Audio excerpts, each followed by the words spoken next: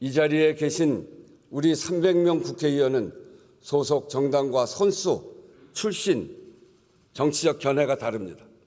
그렇지만 모두 동의하는 것은 민생이 나라의 근본이라는 사실입니다. 민생은 국민의 구체적 삶의 모습이고 국가 경제의 토대이자 궁극적 목표입니다. 가뜩이나 어려웠던 민생이 비상계엄으로 강펀치를 맞았습니다. 소비는 줄고 빚은 늘었습니다. 작년 12월 신용카드 사용액은 전년 12월보다 5,670억 원 줄었습니다. 계엄에 따른 소비 감소 효과만 분석한 금액입니다. 반면에 같은 달 현금 서비스와 카드론 이용 금액 8조 6,460억 원, 전년 같은 달과 비교해도 6,820억 원이 늘었습니다. 높은 금리를 감수하고라도 카드 대출을 받아야 할 만큼 급박한 수요가 한 달 새 8조 6천억이 넘을 정도로 가계에 돈이 말랐다는 것입니다. 빚만 늘은 것이 아니라 못 갚는 사람도 늘었습니다. 소득 대부분을 빚 갚는 데 쓰거나 빚을 빚으로 막다가 더 어쩌지 못하고 채무조정을 신청한 사람이 지난해 21만 명, 역대 최다입니다. 경기 부진이 이어지면서 가계와 중소기업 대출 연체율이 상승하고 있습니다. 어려운 분들은 더 어려워졌습니다. 저소득, 저신용층이 최대 100만 원을 빌리는 소액 생계비 대출은 연체율이 작년 11월 이미 31%를 돌파했습니다. 의원님들께서도 이번 설 연휴 기간에 문을 연 골목 식당이 많다는 것을 느끼셨을 겁니다. 한 푼이라도 더 벌지 않으면 안 되겠다 싶어 명절 연휴에도 쉬지 못하고 문을 열고 손님을 기다렸다는 것입니다. 그도 그럴 것이 자영업자 대출액과 연체율 모두 역대 최고입니다. 연체자 수도 41.8%가 늘었습니다. 그나마 사정이 낮다는 고소득 자영업자들의 연체율도 지난 3분기 10년 만에 최고치를 찍었습니다. 아무리 아껴도 매달 살림이 빠듯한데 임금마저 못 받는 사람들도 늘었습니다. 신고된 임금 체불 노동자 수만 작년 11월까지 26만 3천 명입니다. 금액으로는 1조 8,600억 원, 12월까지 합치면 2조 원이 넘을 것으로 예상됩니다. 역시 역대 최다입니다. 여러모로 신고되지 않은 경우까지를 짐작해 보면 훨씬 많은 사람들이 체불 임금으로 고통받고 있다는 것입니다. 지금까지 말씀드린 사례들 그저 수치가 아닙니다. 그게 다 국민의 한숨이고 눈물이고 절망 아니겠습니까? 정말 가슴이 아픕니다. 마음이 무너집니다. 민생의 어려움만이 아닙니다. 가계부채와 체불임금은 경제에도 큰 타격이 됩니다. 소비 제약과 내수 위축으로 이어져 성장을 저해합니다. 지금 우리 경제가 직면한 문제입니다. 존경하는 의원 여러분, 국회가 정말 민생의 깃발을 높이 들어야 합니다. 갈등과 정쟁 속에 민생이 실종되지 않도록 해야 합니다. 지난 2개월 민주주의가 무너지는 위기감 앞에 민생과 미래의제 논의가 사실상 멈췄습니다. 그 시간을 만회하는 2월 국회가 되어야 합니다. 반드시 세 가지는 합시다. 첫째, 조기 추경에 합의합시다. 국내외 주요 기관이 모두 올해 경제 성장률을 하향 조정했습니다. 한국은행은 최근 2달 만에 0.2%포인트를 더 낮춰 1.6%에서 1.7%에 그칠 것으로 전망했고, 글로벌 투자은행 중에는 1% 초반대까지 낮춘 경우도 있습니다. 한마디로 올해는 더 힘들 것이라는 겁니다. 더구나 올해 본 예산은 편성 단계부터 민생 예산이 줄었습니다. 임대주택 지원, 취약계층 에너지 바우처, 지방교육 재정 등 민생 예산이 상당히 빠진 상태입니다. 이 긴축 예산안이 올해 경제 성장률을 더 낮출 것이라는 게 한국은행의 분석입니다. 추경을 편성해 경기를 부양하고 소비와 투자를 늘려야 합니다. 재정의 적극적 역할이 필요합니다. 추경의 시급성에는 대다수 전문가들도 이견이 없습니다. 본 예산을 조기 집행하고 추이를 살펴보자던 정부도 최근 추경 논의 의사를 밝혔습니다. 때를 놓치지 말고 필요할 때 빨리 해야 합니다. 여야 합의가 전제되는 추경 편성 자체가 정치적 불확실성 속에서도 대한민국 경제 시스템이 정상적으로 작동한다는 것을 보여주게 될 것입니다. 추경 편성이 대외 신인도 회복에 기여하는 것입니다. 경제 성장률 전망은 경제 주체의 심리에 큰 영향을 줍니다.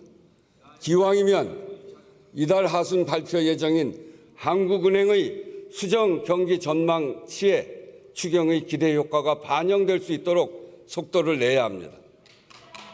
그래서 지금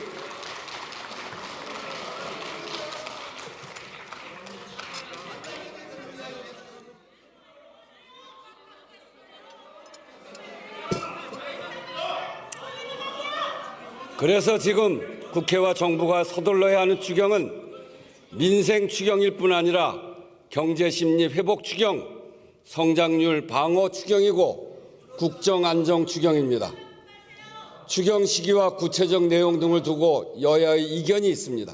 우선 조기 추경과 규모에 합의하고 구체적인 내용은 머리를 맞대고 좁혀가자고 제안합니다.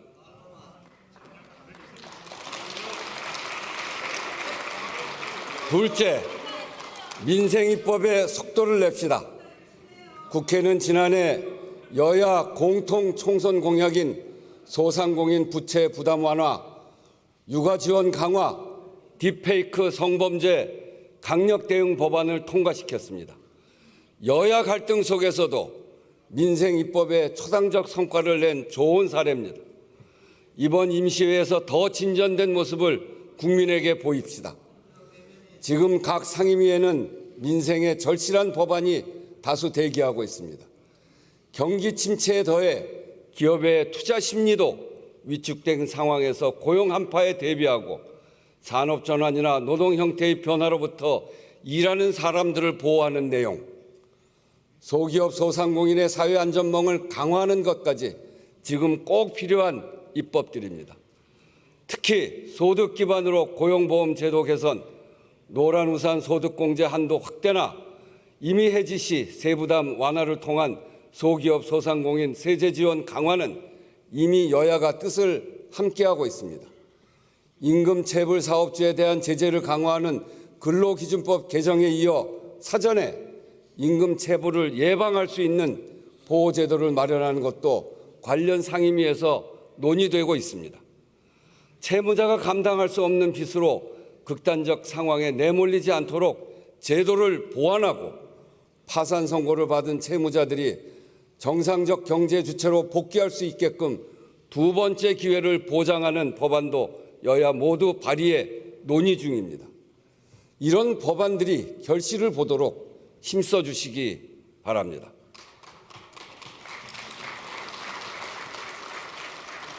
근본적으로는 누구나 일한 만큼 대가를 받고 억울한 일 당하지 않도록 공정한 경제 구조를 만드는 것이 매우 중요합니다. 심각한 양극화는 그 자체로 성장을 가로막는 요인입니다. 기울어진 운동장을 고쳐야 경제도 앞으로 나아갈 수 있습니다. 중소기업, 자영업자, 가맹점, 대리점, 플랫폼 입점업체, 취약 노동자 같은 우리 사회의 대다수 경제 주체가 불공정 거래로부터 스스로를 보호할 힘을 갖는 것이 그 시작입니다. 경제적 약자의 교섭권을 부여해 협상력을 높이는 교섭권 6법, 납품 대금 연동제 적용 범위를 확대하는 법안 등이 이미 오래전부터 논의되어 왔습니다. 22대 국회에서는 반드시 통과되도록 의원님들의 각별한 관심도 당부드립니다. 온라인 상거래가 일상화되면서 플랫폼을 이용하는 소비자와 이를 통해 생계를 영위하는 소상공인 자영업자가 크게 늘었습니다. 그런데 여기서 발생하는 다양한 분쟁과 피해를 예방, 해결할 수 있는 법제도 정비는 지연되고 있습니다. 티몬 위메프 사태 발생 당시 여러 건의 재발 방지 법안이 발의됐지만 지금까지 처리 안 된 것도 참으로 아쉽습니다. 건강하고 지속 가능한 플랫폼 생태계를 만들기 위해서라도 입법 논의를 서둘러야겠습니다. 아울러 12.29 제주항공 여객기 참사 특별법 제정, 피해자와 유가족에 대한 2차 가해를 방지하는 입법도 서둘러 주실 것을 당부드립니다. 여야 간 논의가 마무리되어 사실상 의결만 남은 상태에서 멈춰 있는 연금특위, 기후특위, 윤리특위도 이번 2월 국회에서 반드시 구성할 것을 요청드립니다. 셋째, 대외 환경 변화에 총의를 모아 성장 동력을 확충합시다. 국제 정세와 첨단 기술의 격변기입니다. 미국 신정부의 대내외 정책 변화까지 겹치면서 우리나라는 경제 안보 등 전방위적 도전에 직면해 있습니다. 정밀한 전략을 수립하고 왕성한 외교 활동을 펼쳐야 할 시점에 가장 중요한 정상 외교가 공백 상태입니다. 미국발 관세 정쟁이 먹구름을 몰고 왔습니다. 대미 수출을 위해 멕시코, 캐나다로 간 글로벌 기업들이 타격을 입게 되었고 중국에 대한 추가 관세는 우리의 중국 수출에도 영향을 미칠 것입니다. 국내 정치 상황의 불안정성으로 중요한 계약이나 투자 유치가 미루어지거나 취소될 위험에 처한 기업들도 대기업, 중소기업을 가리지 않고 상당수입니다. 통상 조세 리스크에 대응하기 위해 정부도 대외경제 현안 간담회를 정례화하는 등 여러 노력을 하고 있고 국회의장도 다방면으로 의회 외교를 강화하고 있습니다만 국회와 정부가 합심해 총력 대응 체제를 갖추어야 합니다. 우리 기업과 기술의 경쟁력을 강화하기 위한 적극적 산업 정책도 매우 중요합니다. 지난해 AI 기본법을 여야 합의로 통과시켰듯 반도체 특별법과 에너지 3법 등 미래 먹거리 산업 지원 법안 협상을 신속하게 마무리 지읍시다. 지능과 규제가 균형 잡힌 첨단 산업 진흥 정책으로 기업의 숨통을 틔우고 경제 활력을 높여갑시다. 특히 국가기관 전력망 확충법, 해상풍력 특별법, 한국형 ARA법으로 불리우는 탄소 중립 산업 육성법은 기후 위기에 따른 새로운 성장 동력 확충과도 맞닿아 있습니다. 분초를 다투듯 혁신 기술이 등장하며 전 세계가 AI 쇼크를 경험하고 있습니다. 미래 투자에 힘을 실어 첨단 기술 기반 혁신 스타트업 생태계를 만들어 갑시다.